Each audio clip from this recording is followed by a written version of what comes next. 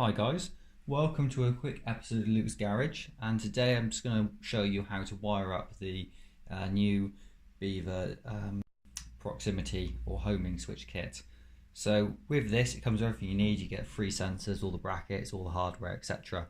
I'm just going to show you how to wire it in. It's nice and easy. I've made it as straightforward as possible.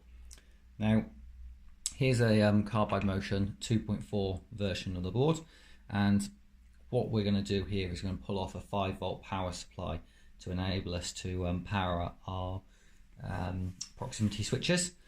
And to do so, or to do that, I've included in every bag a cable a bit like this.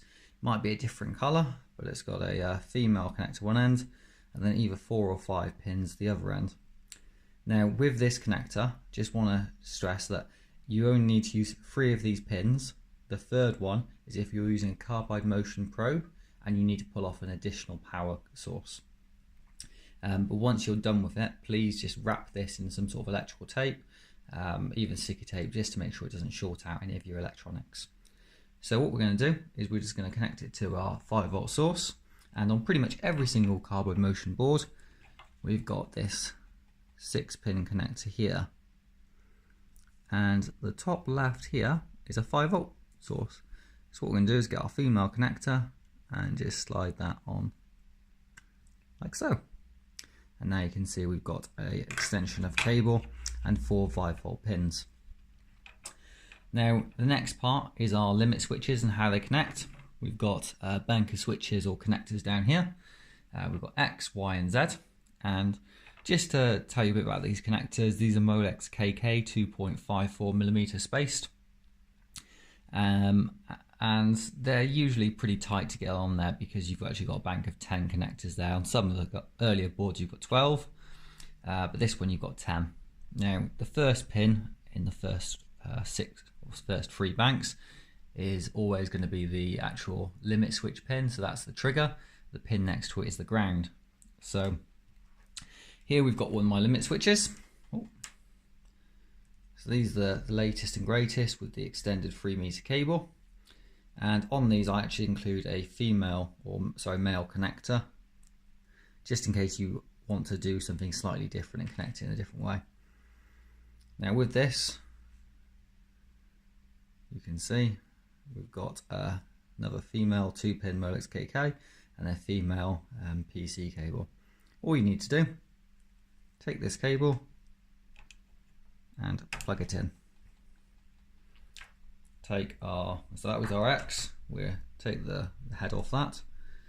Now we do our Y. And then lastly, get our last connector. Take the head off. You can't see that I'm doing it off screen. And then we get our Z. Now these are a little bit tight. That is one of the reasons why I've included this extra cable, but it is very much doable.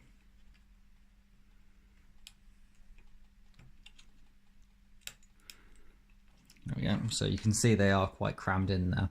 It's just one of these issues using a 3 2-pin connectors. Now with this we've got 3 brown wires which are going off, and these just plug straight into our additional connector like so, and then you wrap the extra cable part in a bit of tape just to keep them all in place, and then you've got your connectors done. So that's the limit switches, nice and easy to install. Just one thing, when you're using these switches they will not light up until you flash anything metal over here. When testing, put a pair of pliers, a screwdriver, wave it nice and close and you should see that light flash. If it doesn't, please give me drop me a message. That indicates some kind of issue. Usually it's a case of something up with this wiring or a loose connection, but do give me a call. Anyway, hope that's been useful. Thanks very much for watching. Bye.